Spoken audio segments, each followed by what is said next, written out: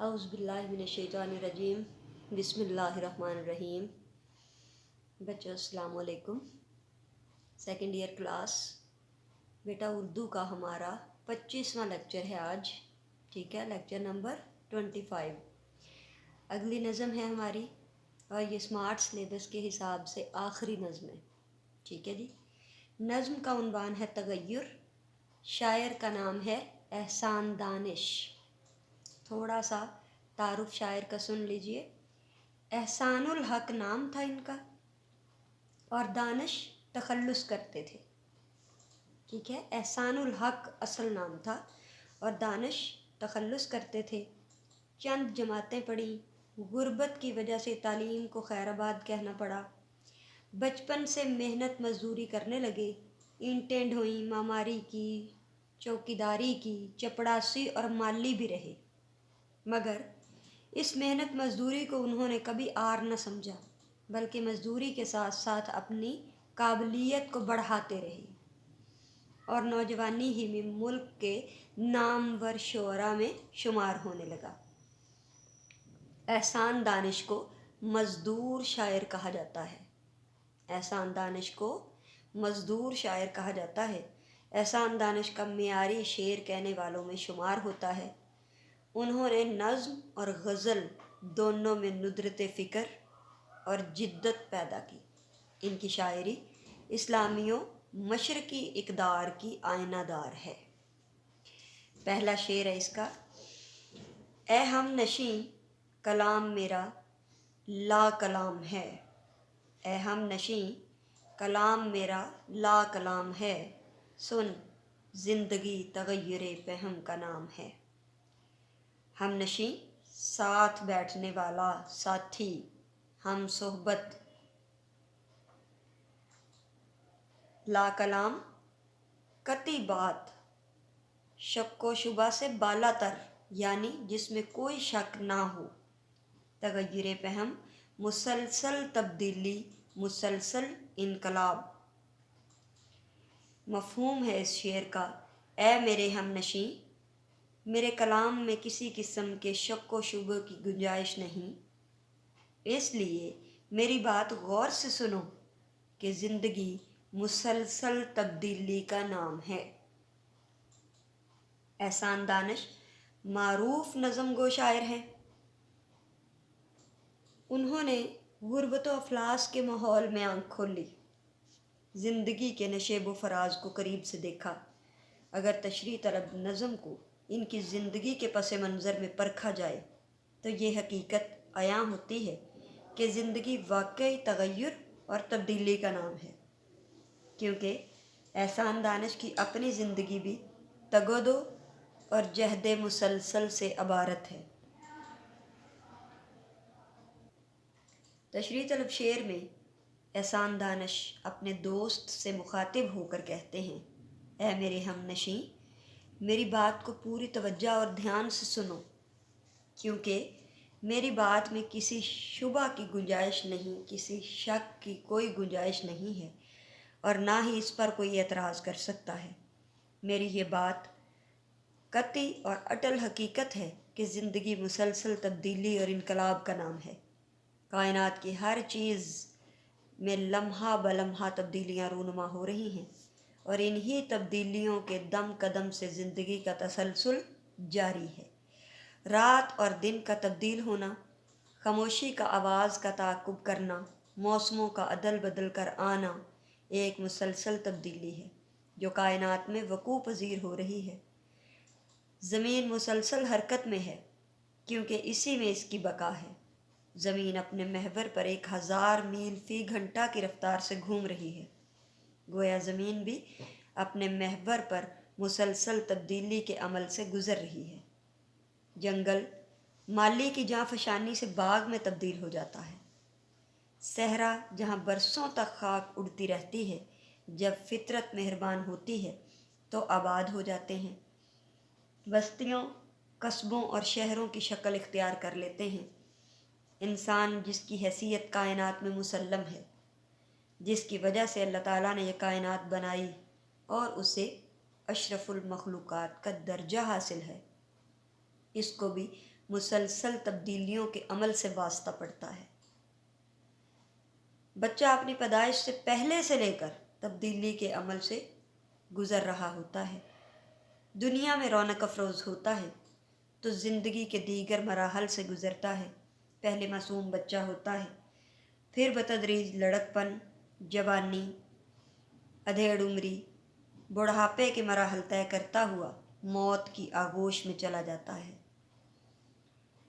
تغیرات سے دنیا سنگھار کرتی ہے، تغیرات سے دنیا سنگھار کرتی ہے، قضا کا زندگی یوں انتظار کرتی ہے۔ حوالے کے طور پر یہ شعر اسی طرح بچپن سے لے کر بڑھاپے تک انسان کے خیالات، جذبات و احساسات، نظریات اور عقل و شعور میں تبدیلیاں رونما ہوتی رہتی ہیں۔ حقیقت یہ ہے کہ جب تک دنیا قائم ہے اس میں تبدیلی ہوتی رہے گی۔ یہی تبدیلی ہی شاید زندگی کے قیام اور اس کے دوام کی ضامن ہے۔ اسی تغیر کی بنا پر زندگی میں گہما گہمی اور رنگا رنگی ہے۔ تشریح طلب شعر میں شاعر نے یہ درس دیا ہے کہ کامیابی کے لیے مسلسل جدوجہد اور کوشش سے کام لینا چاہیے۔ دنیا میں وہی انسان اور قومیں کامیاب ہوتی ہیں جو عمل فہم سے کام لیتی ہیں۔ نشان یہی ہے زمانے میں زندہ قوموں کا، نشان یہی ہے زمانے میں زندہ قوموں کا کہ صبح و شام بدلتی ہیں ان کی تقدیریں۔ شعر نمبر 2 ہے بیٹا۔ راتوں کو ہے سحر کی تجلی کا انتظار، ہے ہر صدا فراق خاموشی میں بے قرار۔ راتوں کو ہے سحر کی تجلی کا انتظار، ہے ہر صدا فراق خاموشی میں بے قرار۔ سحر صبح، تجلی روشنی، چمک، جلوہ صدا آواز، فراق خاموشی خاموشی سے جدائی، بے قرار بے چین اور مضطرب۔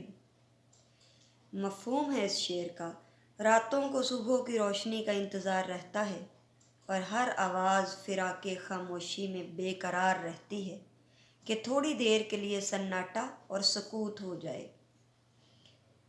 احسان دانش کو مزدور شاعر کہا جاتا ہے۔ احسان دانش کا معیاری شعر کہنے والوں میں شمار ہوتا ہے۔ انہوں نے نظم اور غزل دونوں میں ندرت اور فکر اور جدت پیدا کی۔ زندگی مسلسل تبدیلی اور ارتقائی عمل سے گزرتی ہے۔ کائنات کی کوئی چیز بھی ایسی نہیں کہ جس میں لمحہ بلمحہ تبدیلیاں رونما ہو رہی ہوں۔ دراصل زندگی کی انہی تبدیلیوں میں کائنات کا سارا حسن پنہا ہے۔ رات اور دن کا بدلنا، موسموں کا ایک دوسرے کا تعاقب کرنا گویا ایک مسلسل تبدیلی ہے جو جاری ہے۔ شاید یہی تبدیلی ہے جو زندگی کی بقا اور دوام کی ضمانت دیتی ہے۔ اسی تغیر کی بنا پر زندگی کی گہما گہمی اور رنگا رنگی ہے۔